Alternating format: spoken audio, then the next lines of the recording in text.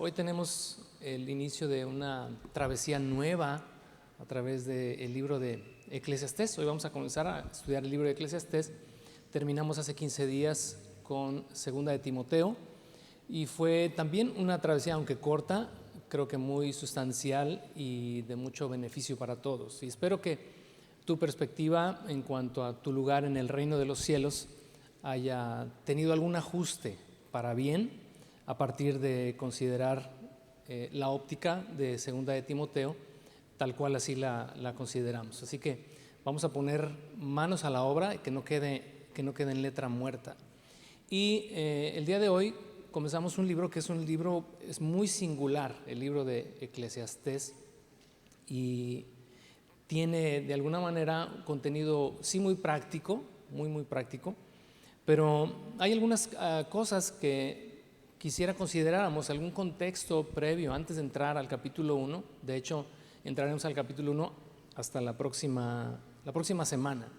Hoy quiero darte una introducción al libro de Eclesiastés, comenzando pues con lo que el nombre Eclesiastés significa.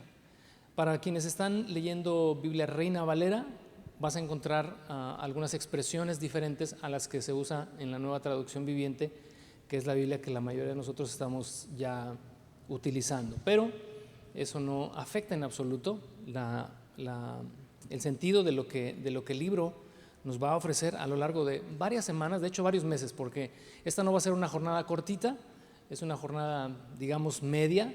Son 12 capítulos y no creo que podamos avanzar un capítulo por semana, porque hay capítulos que contienen bastantes cosas que hay que revisar quizás por separado, así que por lo menos 3-4 meses nos estaremos viendo acá a partir de este libro. Bueno, Eclesiastés, curioso, proviene del griego Eclesiastés. La única diferencia es que en lugar de escribirse con C, se escribe con doble K, la EC es E-K-K, Eclesiastés. Y Eclesiastés, quizás te suene el término eclesia, ¿verdad? Del cual en el Nuevo Testamento se refiere continuamente a la iglesia, ¿no? Y el término eclesia significa asamblea o congregación. De ahí que cuando nos referimos vamos a la congregación, vamos a la iglesia, o conocido en griego como la eclesia, que es la asamblea o la reunión, en este caso en la iglesia, de creyentes. Pero acá en el Antiguo Testamento, eclesia define más bien la reunión o la convocación del asambleísta. La Reina Valera lo traduce como el predicador. Y este libro en muchas ocasiones se le define así, como el libro del predicador, aquel que congrega, aquel que reúne, aquel que hace la asamblea o que organiza la asamblea. Bueno, está el libro de Eclesiastés ubicado en la sección de libros poéticos. Para quienes no tienen quizás mucha información al respecto, pues la Biblia se divide en secciones, algunas de ellas como libros históricos, libros proféticos, hablando del Antiguo Testamento, y también los libros llamados poéticos o sapienciales. Eclesiastés está en esta categoría de libros poéticos, obviamente, por su contenido, igual que Proverbios, Cantares, el libro de los Salmos, que están ahí en torno al libro de Eclesiastés. De hecho, si ya tienes ahí tu Biblia, ve abriendo tu Biblia en Eclesiastés. No vamos a revisar nada de Eclesiastés, pero sí por lo menos para que vayas identificando, para quienes no están familiarizados con dónde está ubicado el libro de los Salmos, que es más fácil de ubicar. Salmos, luego sigue, y luego Eclesiastés, y luego Cantares. Tenemos aquí una triada de los libros escritos por Salomón, que es Proverbios, Eclesiastés y Cantares. Ahorita hablaremos un poquito de ellos. Pero es escrito precisamente por el rey Salomón, quien escribe estos 3 libros. Y aunque ha habido en los últimos siglos cierto debate en cuanto a la autoría que se le atribuye a Salomón, por cuestiones de algunas palabras que aparecen en el libro de Eclesiastés, que los críticos textuales dicen, bueno, es que estas palabras no se utilizaban en los tiempos de Salomón, obedecen a tiempos posteriores, por lo tanto no puede ser escrito o no pudo haber sido escrito por Salomón. Sin embargo, y digo con todo el respeto que nos merecería cualquier estudioso de la escritura y que considerara que Eclesiastés no es de la autoría de Salomón, el contenido del libro y las referencias a las que se hace ahí como quien lo escribe, no mencionando el nombre de Salomón, pero sí diciendo rey de Israel, rey sobre Jerusalén, hijo de David, y construí, hice cosas que nadie o ningún otro rey al registro histórico haya podido realizar sino Salomón. Así que, ¿verdad?, con el respeto que nos merecen los estudiosos, pues ¿para qué arreglamos lo que no está descompuesto? Históricamente Eclesiastés ha sido atribuido a Salomón y así lo vamos a dejar. ¿Quién fue Salomón? Hijo del rey David.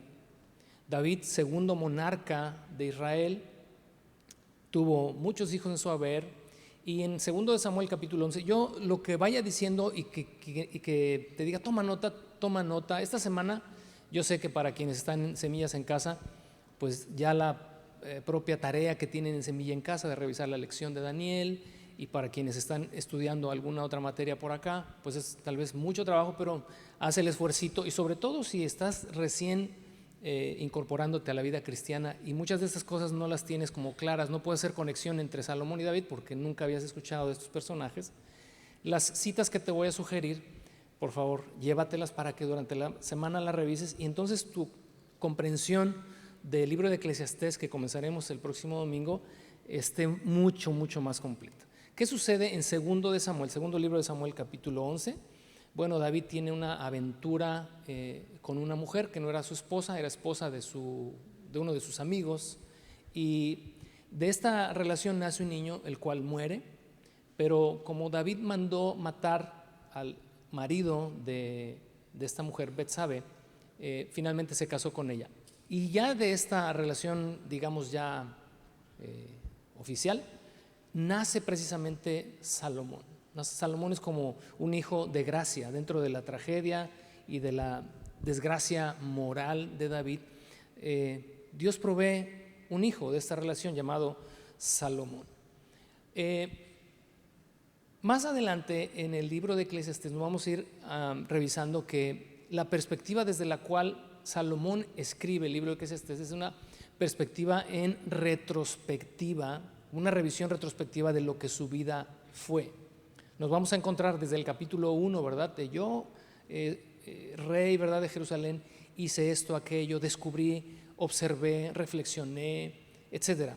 Todo a partir de retrospectiva, lo que hace que podamos deducir que el libro de Eclesiastés fue escrito en la vejez de Salomón. Esto es súper importante por razón de lo que vamos a ver un poquito más adelante. Ahora, en Eclesiastés, Salomón formula, dentro de muchos argumentos, conjeturas a las que él llega, formula una pregunta que creo que es clave a lo largo de todo el libro. ¿Cuál es el sentido de la vida? ¿Qué sentido tiene vivir? ¿Qué sentido tiene trabajar? ¿Qué sentido tiene reír? ¿Qué sentido tiene llorar? Y en la versión Reina Valera vas a encontrarte la expresión de vanidad de vanidades. Todo es vanidad. En otras palabras, la vida no tiene ningún sentido. Y dentro de las cosas que Salomón descubre y expone a lo largo de su argumentación, son también algunos llamados contrasentidos. Es decir, esto no tiene ni siquiera lógica, porque uno esperaría, y sobre todo en la cultura hebrea, que a toda buena acción corresponde también un buen resultado, y que si te va mal en la vida es porque mal has hecho. Creo que todavía nosotros seguimos manteniendo de alguna manera este pensamiento, esta idea. Pero Salomón en sus disertaciones dice, hay un contrasentido en todo esto, o no hay una lógica en esto, porque quien hace mal le va bien, y al que hace bien le va mal, y esto tampoco, dice Salomón, tampoco tiene sentido. Por lo tanto, Eclesiastés es el resultado de la observación y la reflexión del autor.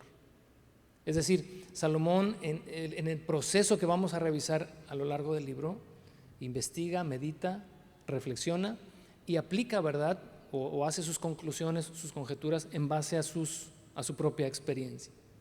Y lo que se espera de cada uno de nosotros como lectores o de cualquier lector del libro de Eclesiastés a lo largo de la historia es que haga exactamente lo mismo.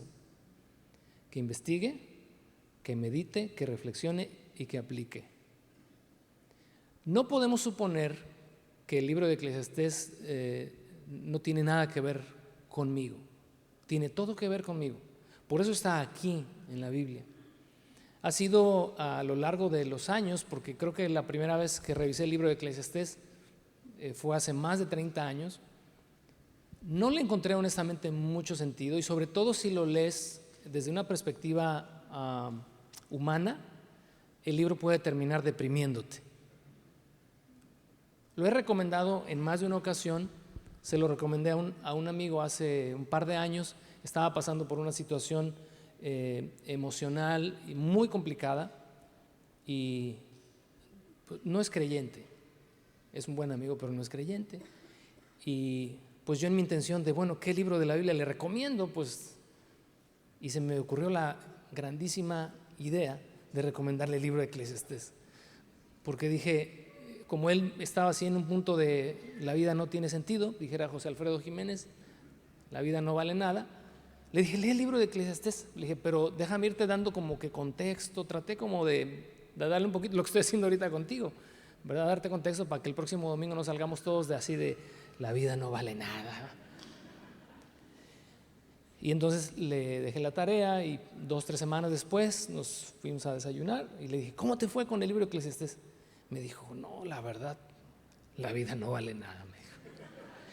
Dije, y creo que la regué. Eclesiastés tiene que tratarse de una forma muy particular, porque contiene sí principios de vida que son aplicables a cualquier tiempo, pero que no pueden dejar de verse a la luz del Evangelio. Y ese será de alguna manera el reto, el desafío durante los próximos meses, cada vez que revisemos Eclesiastés, verlo con la lente del Evangelio. El Evangelio, según leemos en el Nuevo Testamento, ¿verdad?, es aquello que Dios mantuvo en secreto por los siglos. Así se define el Evangelio, el secreto, ¿verdad?, que Dios mantuvo en Cristo por siglos, hasta que nos fue revelado a través de Jesucristo. El libro de Eclesiastés, como se escribe 900 años antes, 950 años antes de Cristo, obviamente no tiene esa luz. Salomón está pasando por un mal momento, o está llegando a su vejez en un mal momento, como veremos más adelante. Así que tenemos que saber cómo acercarnos y cómo aproximarnos al libro de Eclesiastés, porque si no pudiéramos terminar desenfocados, y podríamos también pensar que entonces no es aplicable a nuestra vida, porque sí contiene, permíteme darte un ejemplo nada más antes de continuar, declaraciones en más de una ocasión donde Salomón dice, bueno, he entendido que lo mejor que en la vida puedes hacer es comer y beber y disfrutar el fruto de tu trabajo.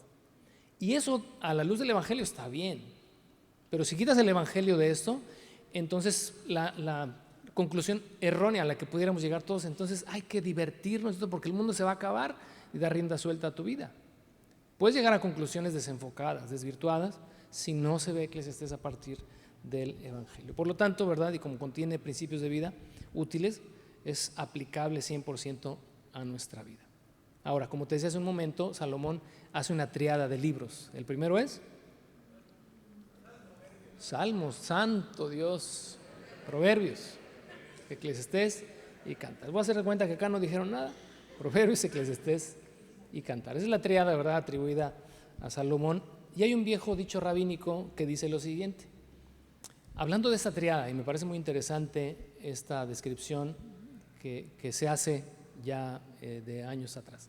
Número 1, que cuando eres joven, cuando estás pensando en el amor, etcétera, etcétera, necesitas leer Cantar de los Cantares, porque Cantar de los Cantares es el libro del amor, el libro romántico por excelencia de toda la Escritura. Cuando ya eres un hombre maduro, cuando necesitas principios para saber cómo conducir tu vida, qué decisiones tomar, cuando estás en esa etapa de tu vida, necesitas leer el libro de Proverbios, porque Proverbios contiene consejos escritos, ¿verdad?, por Salomón, de principio a fin, aplicables a cualquier etapa de la vida, pero es en la edad adulta en la que consideras Proverbios como un libro, como un tesoro. Pero cuando ya el hombre es viejo,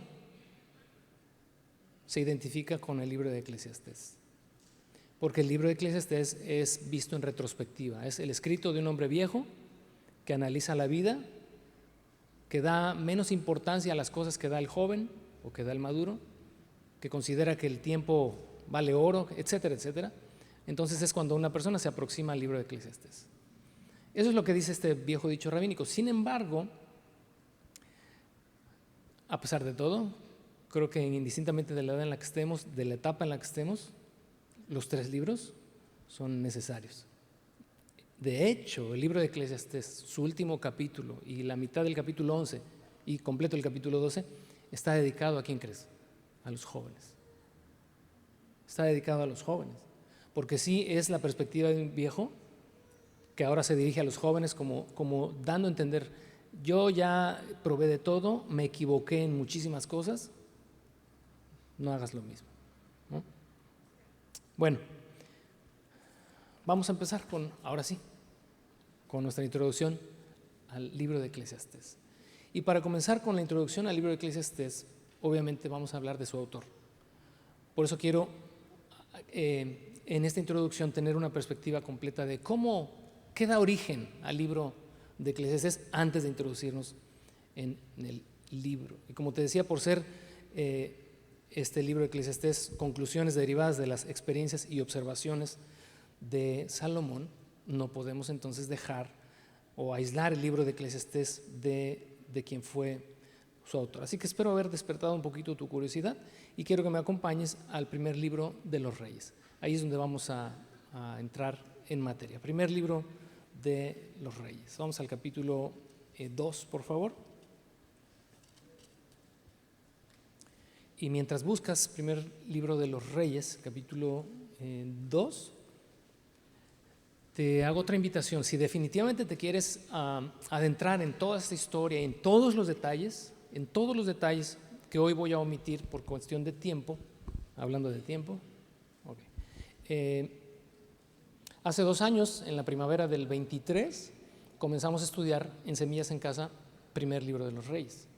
Entonces sería muy bueno, si tú quieres agregar a las lecturas que hoy te voy a sugerir, si quieres agregar pues ahí están los videos en YouTube o están, ¿verdad?, en la plataforma de semillaensenada.com. Si vas a YouTube, mira, la manera más fácil de ubicar, porque entre tantos videos te puedes perder, simplemente pon Semilla Ensenada primero de Reyes, o 1 Reyes más bien, 1 Reyes, y ahí te van a aparecer las lecciones desde el capítulo 1 en adelante. Son bastantes lecciones, pero si las vuelves a revisar, si ya estuviste en ellas, no te va a hacer mal escucharlas de nuevo. Si no estuviste en aquel tiempo en Una Semilla en Casa, ahí sí, con lujo de detalle, se abordan cosas que hoy vamos solamente a leer por encima. Acuérdate, Semilla Ensenada, 1 Reyes. Bueno, ¿qué tenemos ahí en el capítulo 2? En el capítulo 2 tenemos, si tú tienes ahí una Biblia con encabezados, dice últimas instrucciones de David.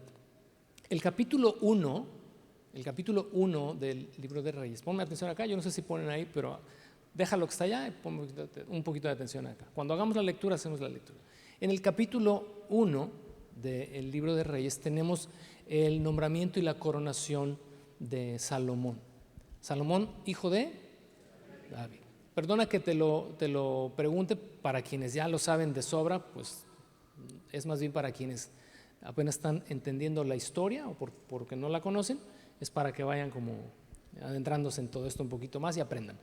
Salomón, hijo de David. En el capítulo 1, David tenía, como te dije, tenía muchos hijos, algunos ya habían muerto por causas, ¿verdad?, trágicas. Lo puedes leer en el segundo libro de Samuel, que está toda la historia de David ahí, todo el libro de Samuel, segundo, habla de David. Tenía un hijo llamado Adonías, y Adonías, cuando ya David es un anciano, literalmente ya está postrado en cama, él quiere usurpar el trono. Y entonces, ante la rogativa de Betsabé, madre de Salomón, de hey, tú me prometiste, porque esa fue una promesa que David le hizo a Betsabé, nuestro hijo Salomón será el heredero. Cuando Adonías está tratando de usurpar el trono de David antes de que él muera, Betsabé de volada le dijo, hey, tú me hiciste una promesa, y entonces ahora sí, como cuando dicen quiero que lo heredes en vida, bueno, de la misma manera quiero que lo nombres como rey, y así sucede. Entonces el capítulo 1, si tú lo lees en la semana, vas a observar cómo Salomón asciende al trono, le perdonan la vida a Adonías, y bueno, continúa adelante. En el capítulo 2, los primeros 4 versículos, que son los que vamos a considerar aquí, ya son literalmente las últimas palabras de David a Salomón. Todo esto tiene, espero, ¿verdad?, que confíes en que si estamos haciendo lecturas de estas, es porque hay una conexión con Eclesiastés. No simplemente que quiero contarte la historia de Salomón. Hay una conexión en cada uno de estos detalles. Y en las últimas palabras, recomendaciones o exhortaciones que David le da a Salomón están las siguientes. Vamos a leer, por favor, verso 1 al 4. Cuando ya se acercaba el momento de morir, el rey David le dio el siguiente encargo a su hijo Salomón. Yo voy camino al lugar donde todos partirán algún día. Ten valor y sé hombre. Cumple los requisitos del Señor tu Dios y sigue todos sus caminos. Obedece los decretos, los mandatos, las ordenanzas y las leyes que están escritos en la ley de Moisés, para que tengas éxito en todo lo que hagas y donde quiera que vayas. Si lo haces, el Señor cumplirá la promesa que me hizo cuando me dijo: si tus descendientes viven como debe ser y me siguen fielmente, con todo el corazón y con todo el alma, siempre habrá uno de ellos en el trono de Israel. Hay 2 encargos aquí específicos, 2 cosas que David antes de morir le dice a Salomón. Y la primera es: ten valor y sé hombre. ¿Quién se lo está diciendo? Se lo está diciendo alguien que se caracterizó durante toda su vida por ser un valiente en extremo. Tú lees las historias de David y de verdad para mí es difícil conciliar una personalidad tan, digamos, variada como la de David, porque por un lado era músico y tocaba el arpa, componía poemas y canciones. El libro de los Salmos fue escrito en su mayoría, no todo, pero en su mayoría, precisamente por este hombre David, llamado o definido como el dulce cantor de Israel. Y entonces te imaginas a este chico, ¿verdad?, que dice la escritura que cuando Saúl le vio por primera vez, dice, era un joven de hermoso parecer. Imagínatelo con el arpa, ¿no? No era un rockero con la guitarra y con la greña soltada y con la batería. Era un chico de arpa, un buen mozo, ¿no? Así utilizando palabras del siglo antepasado, ¿no? Un buen mozo con su arpa. Y dice que cuando él tocaba el arpa, los espíritus que atormentaban a Saúl, dice, se iban y Saúl entraba en calma. Y ves ahí un chico que dices, este no mata una mosca. Sin embargo, comienzas a ver sus hazañas, ¿no? Cuando Goliat, ¿no? Y cuando dices, bueno, este chiquito, ¿de dónde sacó eso? Sus hermanos mismos lo despreciaban porque decían, tú eres un chismoso. Era el que llevaba las tortas, era el aguador del ejército. Le llevaba la tortita a los hermanos, pues su papá lo enviaba a eso, a llevar las tortas. Y siempre era, como era el menor de la familia, fue alguien que se consideraba que por el que no se daba un peso. Pero en aquella ocasión, no solamente pudo tirar la onda e incrustar esta piedra en la frente de Goliat, sino que cuando Goliat cayó tomó la espada de Goliat, que era una espada muy grande y muy pesada, y le cortó la cabeza. Ahí comienza David a exponer el tipo de hombre que era. Y entonces, ya sin entrar en más detalles, el resto de la historia de David, que está en el segundo libro de Samuel, toma nota. Si quieres ser de plano así, considerar bien toda esa historia, ahí te vas a encontrar todas las hazañas de David. Fue un guerrero en toda la extensión de la palabra, como un potro que no se detiene ante el peligro. Más o menos así pudiéramos definir a David. Entonces, cuando él está por morir y ve que al trono va a llegar su hijo, que pues no define el pasaje no define la personalidad de Salomón, pero que pareciera que era un hombre de conflictos. Tan es así que los 40 años que Salomón reinó, no hubo guerra. Él era un hombre pacífico, político, estratega, pero vamos a hacer las cosas diferentes, jefe, porque a ti te gustaba derramar sangre y yo soy diferente. Pero bueno, por lo menos aquí el encargo para Salomón es, bueno, ten valor y sé hombre, porque ahora vas a dirigir a toda una nación. Pero el segundo encargo, y que está completamente relacionado con el libro de Eclesiastés, es obedece al Señor en todo lo que hagas. Si quieres tener éxito en la vida, si quieres realmente ser exitoso, guarda los mandamientos del Señor. Así que esa es la encomienda que se pone sobre él. Ahora, en el capítulo 3, vamos allá, una página adelante por favor. El capítulo 3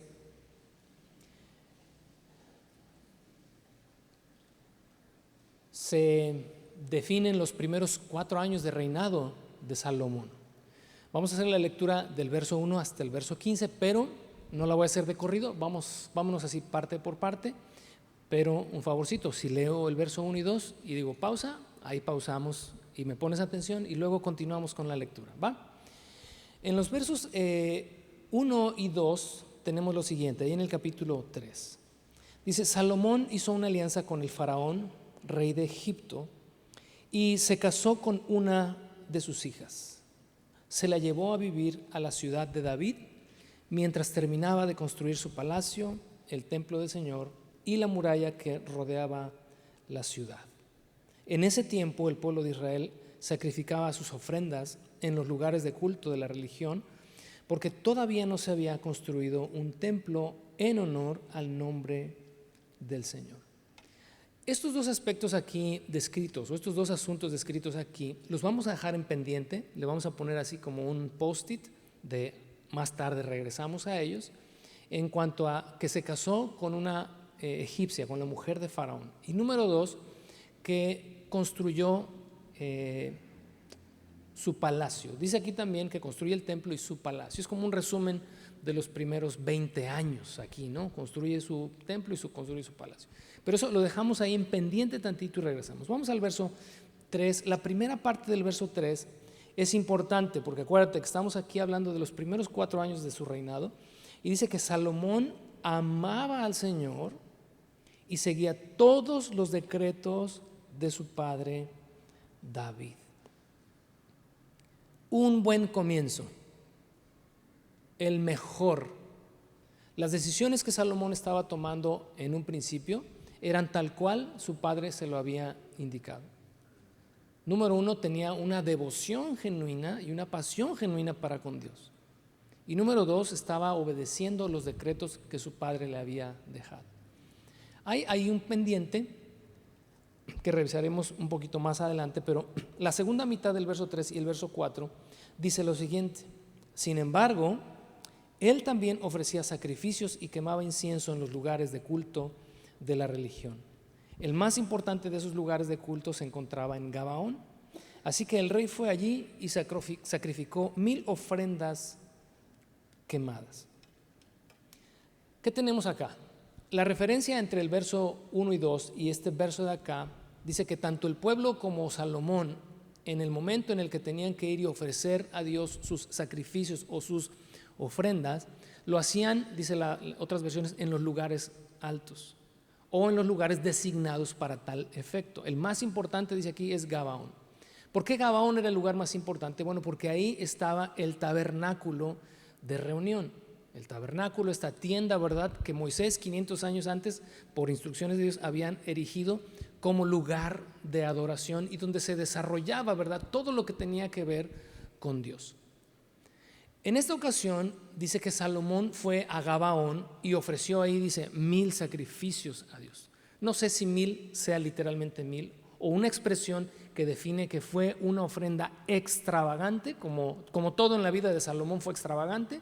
También en el momento de su adoración y de su devoción a Dios quiso ser así extravagante. Y fue entonces a Gabaón donde estaba, dice, el tabernáculo. No estaba el arca del pacto había sido trasladada ya a Jerusalén, pero sí estaba ahí el altar de bronce, utensilios, ¿verdad?, propios del tabernáculo, estaba ahí.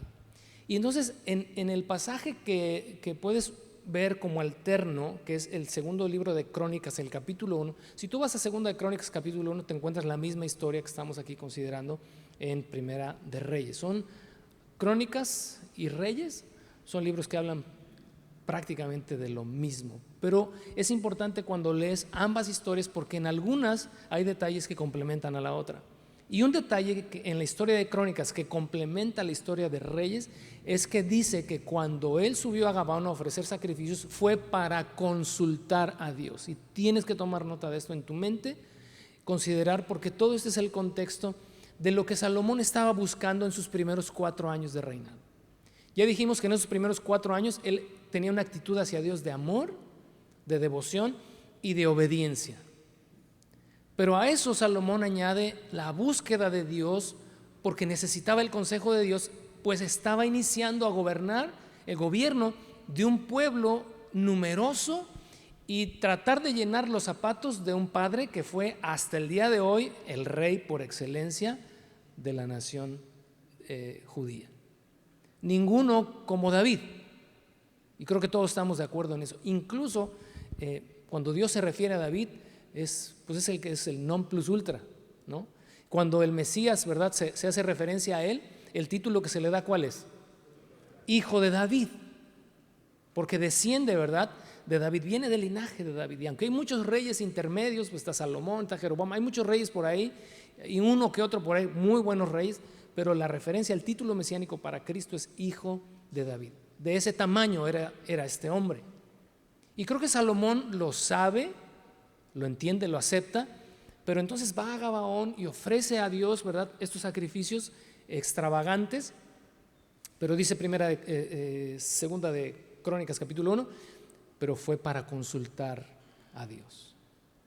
Y fíjate lo que deriva de todo esto. Espero que vayas haciendo la conexión, y si no, pues el martes, miércoles repites la enseñanza de hoy ahí en YouTube o también en Spotify. En el verso 5, ¿qué tenemos en el verso 5? Esa noche, la noche en la que fue y ofreció esos sacrificios, el Señor se le apareció a Salomón en un sueño y Dios le dijo: ¿qué es lo que quieres? Pídeme y yo te lo daré. ¿Cuántos quieren que Dios aparezca esta noche en un sueño y te haga la misma pregunta? Bueno, igual te quedas con las ganas, porque Dios se le apareció a Salomón 2 veces y ya, en toda su vida. Esta fue una ocasión especial, por las razones que te he dado y por la motivación de Salomón de ir y buscar de Dios el consejo. Dios esa noche se aparece a él en un sueño y le hace la pregunta que cualquiera de nosotros quisiéramos: ¿qué es lo que quieres? ¿Qué es lo que estás buscando, Salomón? Creo que obedece la respuesta de Dios a una búsqueda genuina y sincera por parte de Salomón. Cuando cada uno de nosotros nos acercamos a Dios honesta y genuinamente para buscar una respuesta, para buscar una solución, creo que siempre la vamos a encontrar.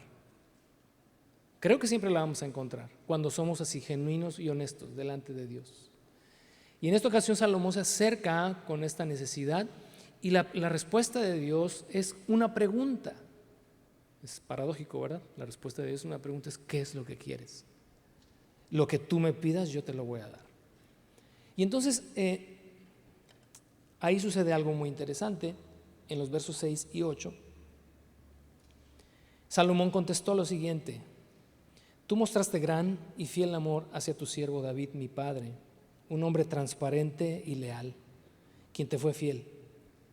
Hoy sigues mostrándole este gran y fiel amor al darle un hijo que se siente en su trono. Ahora pues, Señor mi Dios, tú me has hecho rey en lugar de mi padre David.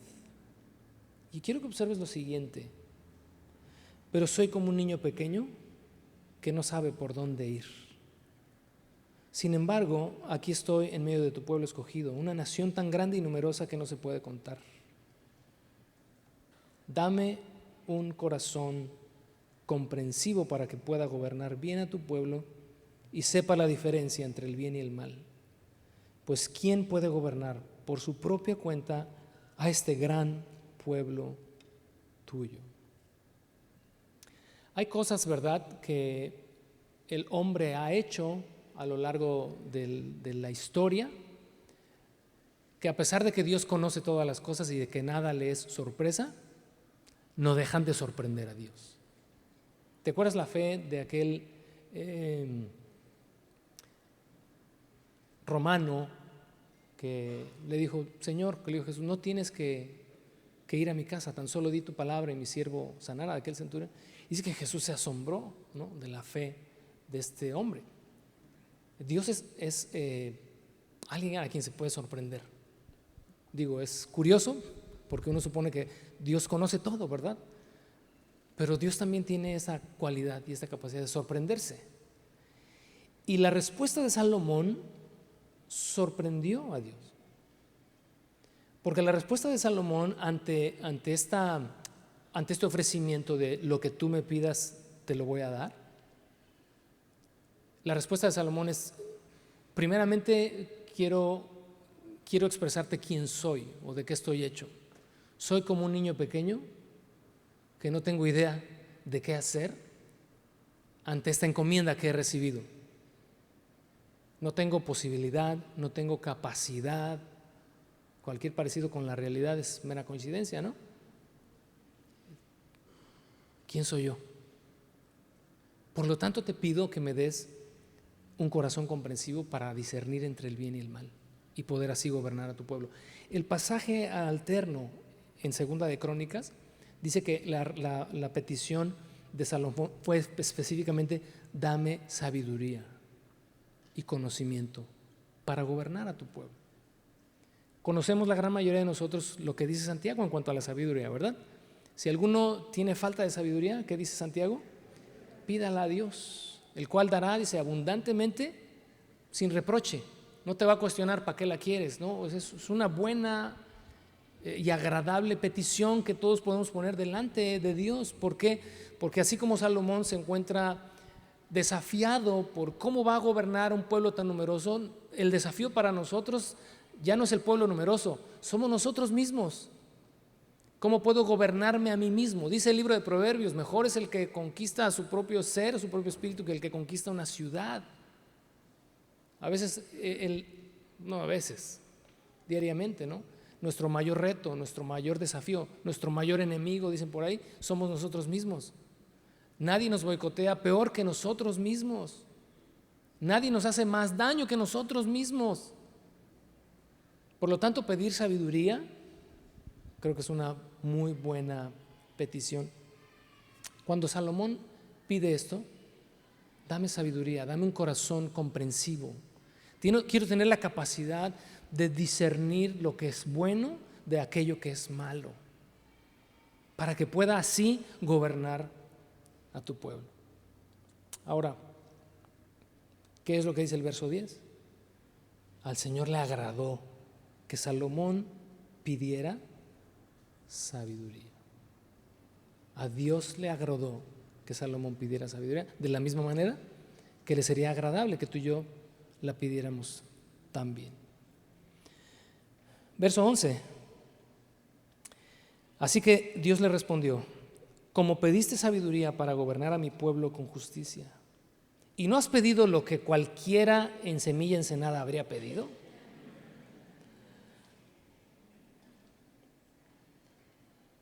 No pediste larga vida, no pediste riqueza, no pediste la muerte de tus enemigos. Bueno, verso 12, te concederé lo que me has pedido. Te daré un corazón sabio y comprensivo como nadie nunca ha tenido ni jamás tendrá.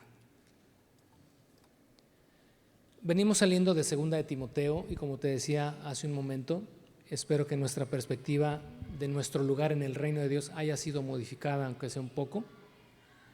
Y a manera como de resumen de lo que vimos en Segunda de Timoteo, que fue: cambia, ¿verdad?, tu perspectiva del Evangelio en cuanto a que todo tiene que ver con tu beneficio personal, porque el Evangelio no está diseñado para que tú te sientas bien o para que te resuelvan tus problemas o para que seas una mejor persona. Esos son los añadidos. Pero nuestro lugar en el reino de Dios tiene que ver con la misión que Dios ha puesto en nuestras manos para beneficiar a terceros, a otros. Cuando Salomón pide sabiduría, no pidió sabiduría. Yo espero que también esto nos ayude a enfocar para que, si tú quieres a partir de hoy comenzar a hacer como parte de tu oración: el Señor, dame sabiduría, dame sabiduría, dame sabiduría, sepas para qué la quieres. Si la quieres para ser más inteligente y demostrar a los demás que eres más inteligente que otros, olvídate, no te van a dar ni un cacahuate, te lo garantizo.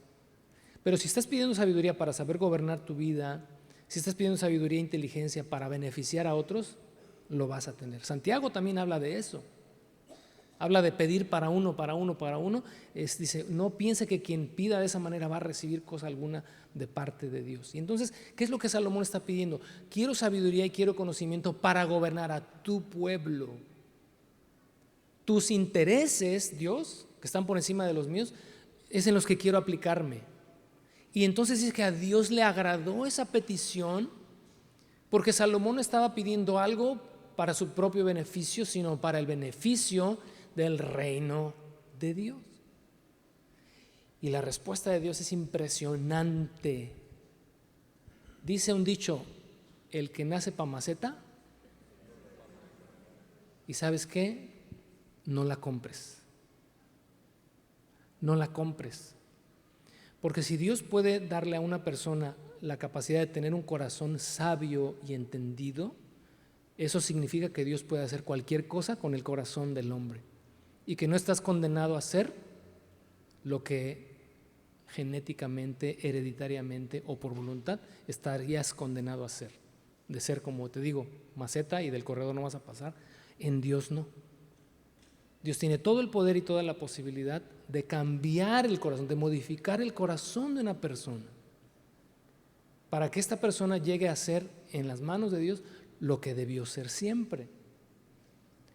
Y entonces dice acá, te voy a dar un corazón sabio y entendido, pero como tanto me agrada tu petición, te daré uno como nadie ha tenido antes, ni lo tendrá después. Entonces ahí sí ya olvídate.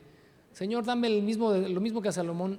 Pues no, tal vez te dé una rayita menos, pero lo mismo no, porque quedó establecido desde ese momento que ninguno como Salomón, ni antes ni después. Así que estamos hablando de un hombre, y es ahí donde todo esto tienes que irlo relacionando con Eclesiastés. Estamos hablando de un hombre que tenía la capacidad de discernimiento así, non plus ultra. Por eso que a las conclusiones a las que llegó, las observaciones, las reflexiones que hizo, están en otro nivel y tenemos que tomarlas y extraerlas porque le fue dado un corazón sabio y entendido como ningún otro ser humano antes y después. Y terminamos esta sección con el verso 13 al 15. Además, dice Dios, le dijo Dios a Salomón, fíjate que también me place darte lo que supuse que me ibas a pedir y que no pediste: riquezas y fama. Ningún otro rey del mundo se comparará a ti por el resto de tu vida. Y en el verso 14 hay un sí condicional, el primero de 3. Y si tú me sigues y obedeces mis decretos y mis mandatos como lo hizo tu padre David, también te daré una larga vida. Entonces Salomón se despertó y se dio cuenta de que había sido un sueño. Volvió a Jerusalén, se presentó delante del arca del pacto del Señor y allí sacrificó ofrendas quemadas y ofrendas de paz. Luego invitó a todos sus funcionarios a un gran banquete. Te voy a dar lo que no me pediste. Cuando he reflexionado a lo largo de los años en este extra o en este plus que Dios le dio a Salomón, pienso lo siguiente, y no sé si mi conclusión sea correcta o no, pero así es como lo he definido de tiempo atrás, que cuando Dios le dijo te voy a dar riquezas y te voy a dar fama, es como de alguna manera Dios diciéndole, repito, esto que estoy diciendo es mi interpretación, no lo tomes como un dogma, ¿no? Pero al darte la sabiduría y el discernimiento a otro nivel, por ende y de forma natural vas a poder hacer riquezas y vas a ser famoso. Vas a ser tan famoso porque como te voy a hacer el hombre más sabio, la fama viene acompañada. Como vas a tener un discernimiento sobrenatural, la riqueza viene acompañada. Y me hace recordar Mateo 6:33. ¿Recuerdas que dice Mateo 6:33? Ándale acá. Perfecto. Más buscad primeramente. Y digo, no creas que el pastor se sabe todos los versículos de memoria. No, fue el pasaje que enseñé la semana pasada en Semilla Guadalajara. Mas buscad primeramente el reino de Dios y su justicia, y todas las demás cosas vendrán por añadidura. Invierte los papeles en tu vida. Deja de correr detrás de la añadidura. Salomón sorprendió a Dios así: no quiero la riqueza, no quiero la fama, no quiero la vida de mis enemigos, no quiero larga vida, quiero sabiduría. Y Dios le dijo: tienes las cosas en orden. Estás buscando primero el reino de Dios, su justicia, es decir, las cosas que competen a la agenda de Dios. Bueno, el resultado natural, lógico, es que todo lo demás viene añadido. Y así fue con Salomón. Bien puedes ligar esta porción con Mateo 6:33 y entender cuál debe ser nuestra prioridad en el reino de los cielos. Los capítulos 5 al 8 los puedes pasar así, 6, pásalos igual que yo, así, 7, 8. Todos esos capítulos hablan de la construcción del templo.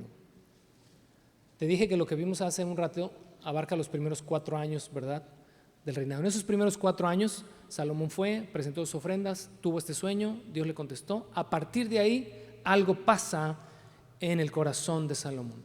En el año 4 de su reinado, Salomón comienza a construir el templo. Una de las maravillas, ¿verdad?, del mundo en el tiempo antiguo fue precisamente el templo de Salomón. Un templo magnífico, glorioso. Y si quieres ver los detalles, entonces lees los capítulos 4, 5, 6, 7 y 8 del primer libro de los Reyes, donde habla de cada detalle que Salomón imprimió en el templo, en ese glorioso templo. En el capítulo 9, y vámonos por favor al capítulo 9, vamos a considerar los primeros 9 versículos solamente, porque en el capítulo 8 Salomón oró a Dios para dedicar el templo. Y hay una oración ahí hermosa que Salomón, ¿verdad?, formula, y hay cosas bonitas que suceden en el capítulo 8, será interesante lo leas en la semana. Pero en el capítulo 9, Dios se aparece por segunda vez a Salomón. Ya estamos ubicados acá más o menos en el año 20, porque ahí te va, toma la matemática.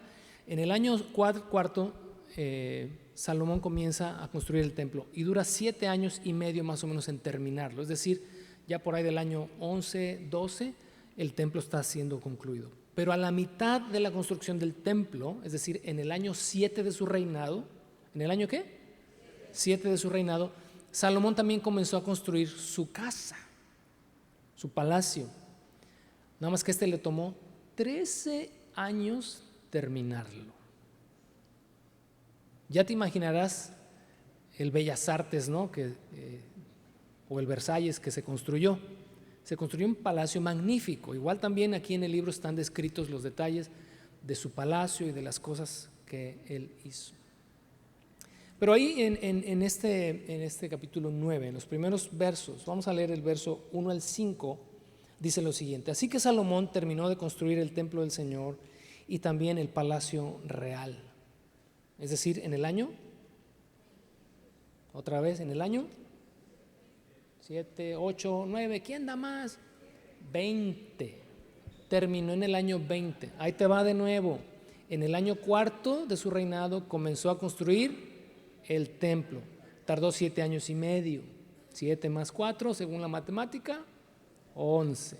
A la mitad de la construcción del templo, es decir, en el año 7 de su reinado, comenzó a construir su palacio. El templo iba a la mitad y él comienza a construir su palacio, y su palacio le tomó 13 años y terminó, por lo tanto, en el año. Eso.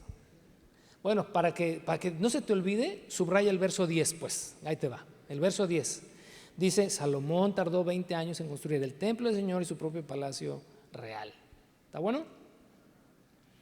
Regresando entonces acá al capítulo 9, verso 1, dice: Salomón terminó de construir el templo del Señor y también el palacio real. Llevó a cabo todo lo que había pensado hacer. Entonces el Señor se le apareció a Salomón por segunda vez, como había hecho en Gabaón 15, 16 años antes. Y el Señor le dijo lo siguiente: he oído tu oración y lo que me pediste. He apartado este templo para que sea santo, este lugar que has construido, donde mi nombre sea honrado para siempre. Lo vigilaré sin cesar, porque es muy preciado para mi corazón. Verso 4. y 5. En cuanto a ti. Y ahí tenemos otro sí condicional. ¿Te acuerdas que en el capítulo 3 vimos un sí condicional, verdad? Si me sigues, si me obedeces, etcétera, etcétera. Aquí aparece el segundo sí condicional. Si me sigues con integridad y rectitud, como lo hizo tu padre David, y obedeces todos mis mandatos, decretos y ordenanzas, entonces estableceré tu dinastía en el trono de Israel para siempre, pues tu padre David, le prometí, siempre habrá uno de tus descendientes en el trono de Israel. Verso 6, el tercer sí condicional. Sin embargo, Salomón, ya para entonces Salomón ya era sabio o no. Ok. Si tú o tus descendientes me abandonan y desobedecen los mandatos y los decretos que les he dado y sirven y rinden culto a otros dioses, entonces desarraigaré a Israel de la tierra que le he dado, rechazaré este templo que hice santo para honrar mi nombre, haré que Israel sea objeto de burla y ridículo entre las naciones. Y aunque ahora este templo sea imponente, todos los que pasen por allí quedarán horrorizados y darán un grito ahogado a causa del horror. Preguntarán, ¿por qué habrá hecho el Señor cosas tan terribles a esta tierra y a este templo? Y la respuesta será, porque los israelitas abandonaron al Señor su Dios, quien sacó a sus antepasados de Egipto y rindieron culto a otros dioses y se inclinaron ante ellos. Por esa razón el Señor les envió tantas calamidades. Las advertencias, esto llama mucho mi atención, de verdad, toma nota de esto y aplícalo a tu propia vida y experiencia. Las advertencias que Dios estaba dando a Salomón, creo que son en base a un conocimiento anticipado de la inclinación del corazón de Salomón. El que le haya advertido en más de una ocasión, si me obedeces, si guardas mis mandamientos y si no te inclinas ante dioses ajenos, yo ahí voy a estar para ti. Sin embargo, si haces todas estas cosas, vendrán todos estos resultados. Mi pregunta es, ¿por qué Dios le habrá advertido a Salomón en 3 ocasiones, en estos sí condicionales, ten cuidado con inclinarte ante otro Dios, ten cuidado con hacer a un lado mis mandamientos, ten cuidado de hacer a un lado mis ordenanzas? Me hizo pensar en lo siguiente. Por ejemplo, para los que son padres, tienen hijos. Si tú tienes hijos que jamás en la vida han tenido, por ejemplo, problema con llegar tarde a casa, porque son de los que a las 7 ya están como gallinas de rancho, ya se quieren ir a dormir. Si un día tu hijo o tu hija te dice, oye papá, quiero que me dejes ir a una reunión en la tarde, tú sabes que tu hijo pues, tiene otros temas, ¿verdad? O sea, tiene otras... ese talón de Aquiles, tiene otro talón de Aquiles, ¿no? Pero ese no es su problema. Yo creo que cuando tu hijo te diga, papá, quiero salir en la tarde a una fiesta, lo último que le vas a decir es llega temprano. ¿Por qué? Porque sabes de entrada que a él no le gusta llegar tarde. Pero si tu hijo es de los que les gusta, le dices a las 11 y te llega a la 1 de la mañana, el día que te pide permiso, ¿qué es lo primero que le dices? Llega temprano. Haces una advertencia porque conoces la inclinación en el corazón de tu hijo. Por lo tanto, cuando Dios le advierte en 3 ocasiones a Salomón, Salomón, te doy sabiduría, te doy conocimiento, te doy todo lo que me pediste y lo que no me pediste, pero ahí ten cuidado, ten cuidado. Si tú te inclinas ante Dios ajeno, si tú desobedeces. Y yo creo que Salomón, como muchos de nosotros que a veces navegamos con bandera de ingenuidad, pudo haber dicho, ¿yo? Pues, ¿yo cuándo? Jamás.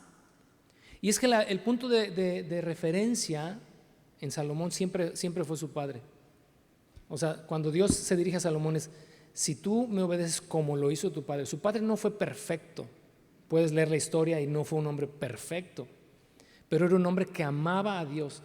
Dios a David jamás le dijo, David, ten cuidado de inclinar tu corazón ante dioses ajenos. ¿Por qué crees que nunca le hizo una advertencia así? Porque David ni por error siquiera ni por error lo habría hecho. Tenía otras debilidades, pero ser idólatra jamás. Primero muerto. Pero Dios conocía el corazón de Salomón como conoce tu corazón y como conoce el mío. Por lo tanto, cuando Dios nos hace una advertencia, la hace porque crees, ¿verdad? Ya ni te digo, ¿no? Porque sabe para dónde pinta el guarache. Hay un detalle acá interesante en el capítulo 11. Vamos al capítulo 11, por favor. Ya estamos por terminar.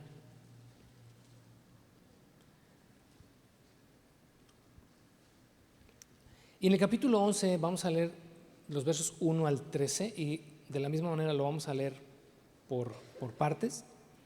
Porque lo que tenemos aquí en el capítulo 11 es la última parte de la historia del reinado de Salomón. Es decir, aquí está ya prácticamente terminando la historia, su historia. Si tú vas a querer esta semana adentrarte en la historia de Salomón, bueno, te vas a dar cuenta que termina aquí en el capítulo 11. Y Salomón reinó durante 40 años sobre Jerusalén.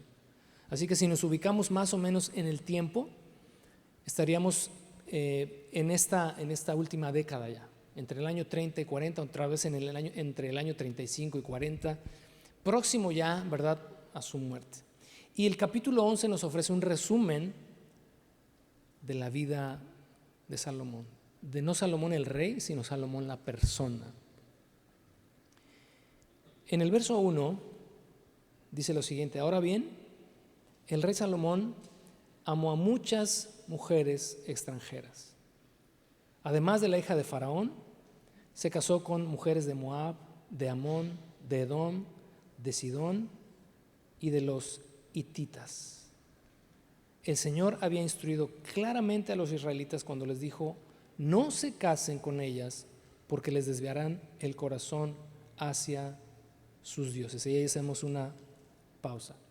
¿Te acuerdas que te pusieras un post-it por ahí hace ratito en un tema? ¿Cuál era? ¿Pero cuál era el asunto ahí? Que se casó con una mujer extranjera. Como hizo una alianza con Faraón, rey de Egipto, la primera esposa de Salomón en esos primeros 4 años fue una mujer egipcia. Y te dije, déjalo ahí pendiente.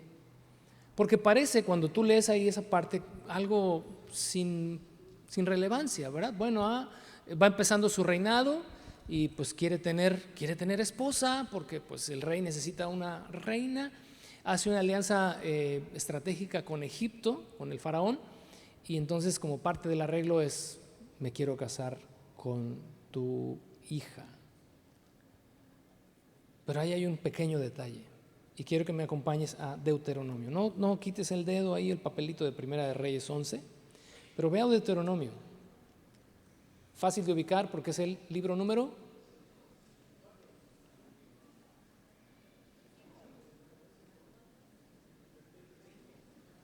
Génesis, Éxodo, Levítico, número, sí, Deuteronomio. Vea, ya estás ahí, Deuteronomio. Tienes que tenerlo presente porque de verdad esto que vamos a leer se escribió 500 años antes de que Salomón naciera. ¿Recuerdas cuál fue la segunda exhortación que David le hizo a Salomón? La primera fue: sé hombre, sé valiente. Y la segunda fue: guarda los mandamientos de la ley de Moisés para que tengas éxito en todo lo que hagas. Quiero que observes lo que dice Deuteronomio capítulo 17, verso 14 al 20. Lo vamos a leer de corrido, no lo voy a explicar porque creo que se explica solito. Le dice Moisés al pueblo: estás por entrar en la tierra que el Señor tu Dios te da. Cuando tomes posesión de ella y te establezcas allí, tal vez se te ocurra pensar: deberíamos tener un rey para que nos gobierne, tal como tienen las naciones que nos rodean. Si tal cosa sucediera, cosa que sucede, primer libro de Samuel capítulo 8, si tal cosa sucediera, asegúrate de designar como rey al hombre que el Señor tu Dios elija. Tendrás que nombrar a un hermano israelita, no podrá ser un extranjero. Verso 16, y aquí comienza la historia porque te dije que pusieras 2 post-its. El primero es: se casó con la hija de Faraón, y el segundo es: su palacio. ¿Te acuerdas? Te dije, construyó un palacio impresionante. Dice, el rey, verso 16, no deberá construir grandes establos para sí, ni enviar a su gente a Egipto para comprar caballos, porque el Señor te ha dicho, nunca vuelvas a Egipto. El rey no deberá tomar muchas esposas para sí. ¿Por qué? Subraya, porque ellas apartarán su corazón. Tampoco deberá acumular para sí grandes cantidades de oro y plata. Cuando se siente en el trono a reinar, deberá producir una copia de este conjunto de instrucciones en un rollo en presencia de los sacerdotes levitas. Tendrá esa copia siempre consigo y la leerá. ¿Cuándo? No, hombre, imagínate, de lunes a viernes leer exactamente lo mismo. De esa manera aprenderá a temer al Señor su Dios al obedecer todas las condiciones de esta serie de instrucciones y decretos. La lectura diaria impedirá que se vuelva orgulloso y actúe como si fuera superior al resto de sus compatriotas. Y también impedirá que se aparte de los mandatos en lo más mínimo. Además, será una garantía de que él y sus descendientes reinarán por muchas generaciones en Israel. Y ahí abajo nada más le faltó decir, con dedicatoria para Salomón, que nacerá 500 años después de que esto se escriba. Nada más eso le faltó a esto, honestamente. Y entonces regresamos a nuestra lectura primera de Reyes, capítulo 11. Acuérdate, advertencias, todo eso velo también aterrizando a tu propia vida, a tu propia experiencia. ¿Qué dice la segunda mitad del verso 2? Leímos en la primera mitad, ¿verdad? Que Dios había instruido claramente que no se casaran con mujeres extranjeras por una razón, les van a desviar el corazón hacia sus dioses. Pero dice al final, sin embargo, Salomón se empecinó en amarlas. La debilidad en el corazón de Salomón, fíjate, creo que está de alguna manera plasmada desde el principio. Desde que tomó a esta mujer egipcia, desde ahí su corazón comienza a dar ya luces de hacia dónde está inclinado. Por eso las advertencias de Dios en lo posterior, a pesar de que le otorgó sabiduría inigualable, es, te estoy dando esto, pero tienes que cuidar tu corazón. Tienes que guardar lo que ya conoces.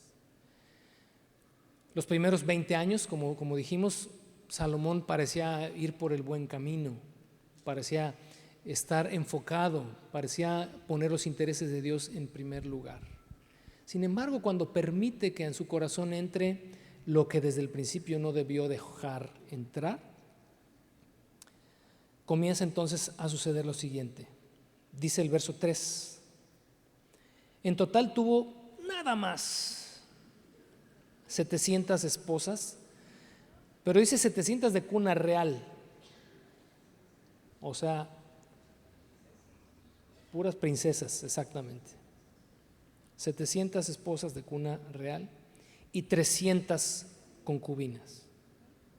En efecto, eso es lo triste de esta historia. Dice, ellas apartaron su corazón del Señor. Lo que había comenzado bien, lo que parecía ser una historia prometedora, comenzaba a tener sus grises. Había ya claroscuros en esta historia. Salomón no perdió su sabiduría jamás, murió siendo sabio, pero su corazón comenzó a desviarse y a apartarse de Dios. En el libro de Nehemías, vamos para allá, no te quiero dejar con el investígalo porque igual y no vas y no quiero perder oportunidad. En el libro de Nehemías, fíjate, Nehemías es el relato de la reconstrucción de Jerusalén y del templo, porque todo lo que Dios advirtió sucedió. La ciudad, el templo fue arrasado por los babilonios, lo que están considerando tal vez en el libro de Daniel, algunos detalles ahí. Tal cual sucedió, porque tanto Salomón como los reyes que vinieron después de él, todos, no hubo uno solo en toda la dinastía, ¿verdad?, de Salomón en adelante que fuera un buen rey. en el reinado de Israel, todos se apartaron de Dios. Y Dios Dios cumplió esta promesa de destruir la ciudad y destruir el templo. Pero cuando están en la reconstrucción, Nehemías, ¿verdad?, que es el promotor de la reconstrucción de la ciudad, se dio cuenta que cuando el pueblo regresó del exilio, comenzaron a hacer las mismas cosas que hizo Salomón. Comenzaron a casarse con mujeres extranjeras. Primero el pueblo mostró una devoción impresionante. Los primeros capítulos de Nehemías, el pueblo está en esta devoción de es un reseteo y vamos a comenzar otra vez y vamos a honrar al Señor porque ya entendimos la lección. Pero al final del libro de Nehemías el pueblo vuelve otra vez a las mismas prácticas. Y quiero que observes el radicalismo en Nehemías. Y ojalá todos fuéramos, aunque sea la 10ª parte, así como él. Dice el capítulo 13, verso 23 al 27, y lo voy a leer de una sola. Capítulo 13 de Nehemías, el último capítulo de Nehemías, verso 23 al 27, dice: por ese tiempo, dice Nehemías, me di cuenta de que algunos de los hombres de Judá se habían casado con mujeres de Asdod, Amón y Moab. Además, la mitad de sus hijos hablaban el idioma de Asdod o de algún otro pueblo y no podían hablar en absoluto la lengua de Judá. De modo que confronté a los hombres, y fíjate, este cuate sí era radical, dice, y pedí que cayeran maldiciones sobre ellos. Golpeé a algunos y les arranqué el cabello. ¿Te imaginas tener un pastor así? No, si ahora nada más les dices, oiga, ¿puede estacionar su carro enfrente? Ya te quisiera ver con un Nehemías de pastor. Les hice jurar por el nombre de Dios que no permitirían que sus hijos o sus hijas se casaran con la gente pagana de la región. Y fíjate lo que dice el verso 26, que es lo que llama mi atención.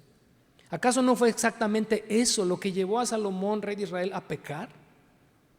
Exclamé, no había rey de ninguna nación que pudiera compararse con él. Dios lo amaba y lo hizo rey sobre todo Israel, pero incluso él fue inducido a pecar por mujeres extranjeras.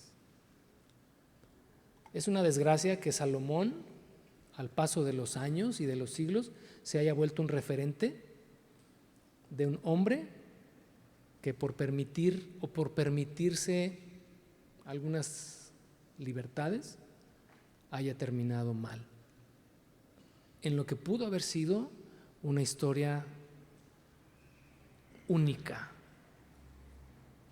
Te dije hace algunas semanas que estoy como dándole vuelta mucho a la historia de Sansón y defino como lo que pudo haber sido y no fue. Salomón igual, es lo que pudo haber sido y no fue.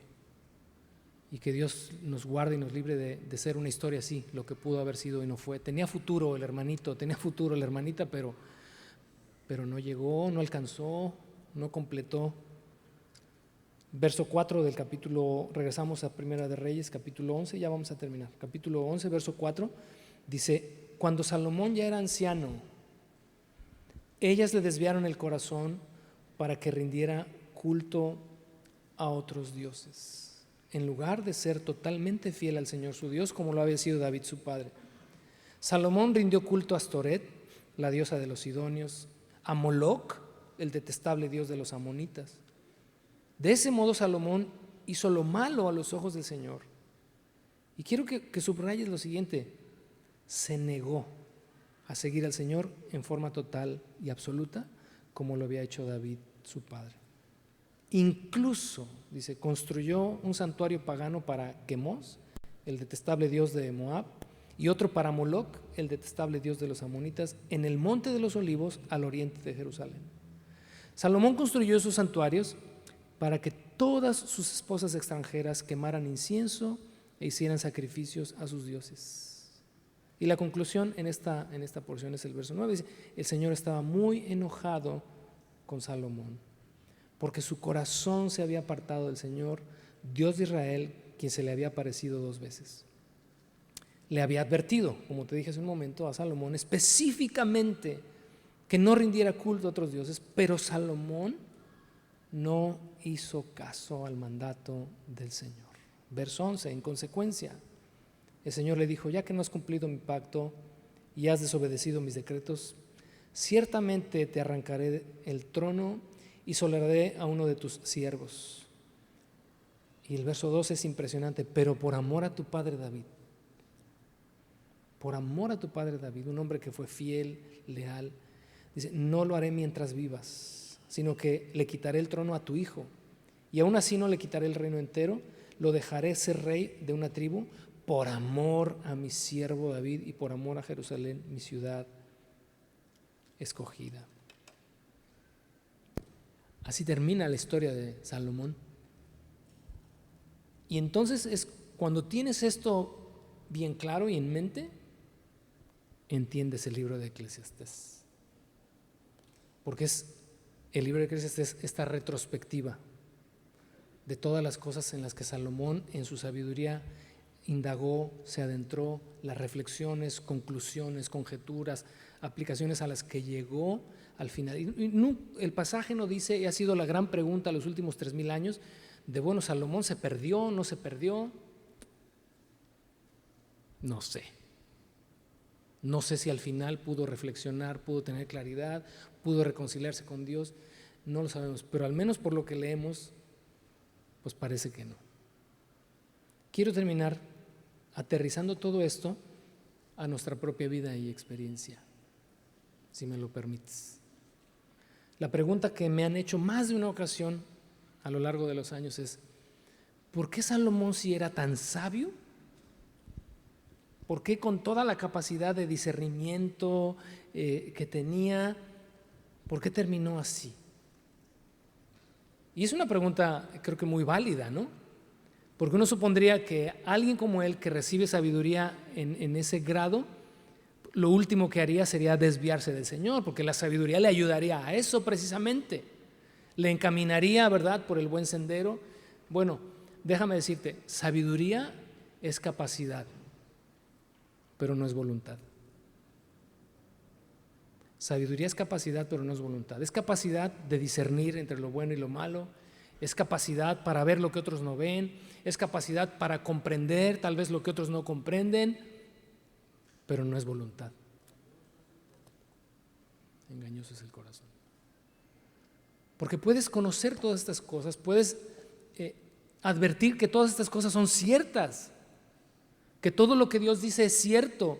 Puedes creer que las promesas de Dios son ciertas, que Él lo que promete cumple, ya sea para tu bien o para tu mal. Todo eso lo puedes saber. Esa es una persona sabia, que comprende, pero sabiduría no es voluntad. Porque tu voluntad puede estar como la de Salomón, empecinada, porque dice, se empecinó en amar a otras mujeres, se negó a volver su corazón al Señor. Su voluntad, la voluntad siempre queda, obviamente, te iba a decir a voluntad, pero me ibas a apedrear por hacer un pleonasmo, pero nuestra voluntad queda siempre sujeta a nuestro deseo. Dios nos puede dar todos los dones espirituales, nos puede dotar de todos y cada uno de ellos. Pues más, puedes tener todos los dones tal vez. Puedes ser tú, ¿verdad?, la concentración de todos los dones del Espíritu puestos en una sola persona. Eso tal no existe, ¿verdad? Pero digo, si existiera, pudieran estar todos sobre ti. Pero si tu voluntad, si mi voluntad no está rendida a Dios, los dones ahí van a estar. Nunca se te van a quitar porque dice que los dones son irrevocables. Pero tu voluntad siempre está sujeta a ti, de querer volver tu corazón a Dios o de no querer volver tu corazón a Dios. Las advertencias que Dios dio a Salomón tenían una sola finalidad, es guardar a Salomón de Salomón, cuidar a Salomón de los deseos y las inclinaciones de su propio corazón. Es irónico, pero en Proverbios capítulo 4, verso 23, Salomón mismo escribió en esa etapa en la que tal vez andaba bien, sobre toda cosa guardada, guarda tu corazón, porque de él mana la vida.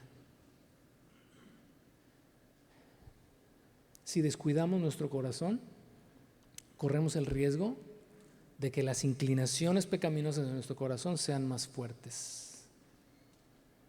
Hace mucho tiempo una persona me dijo eso, me recordó lo que ya sé. Me dijo, pastor, cuide su corazón. ¿Y sabes qué hice?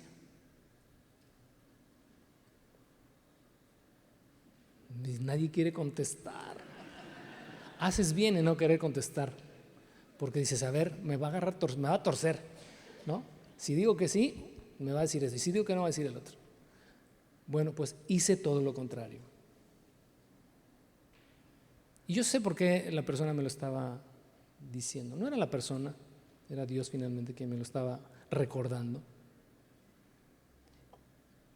Y sabes cómo lamento no haber hecho caso.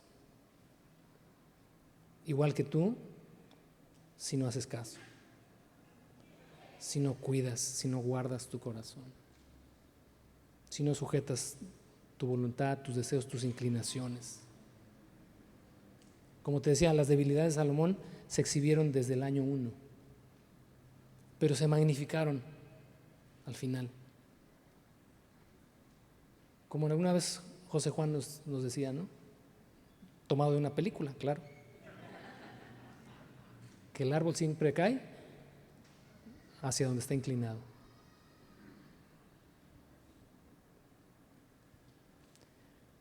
Lo que puede comenzar en nuestra vida como una debilidad innata, todos tenemos una debilidad innata, como dijeron hace ratito por acá, un talón de Aquiles.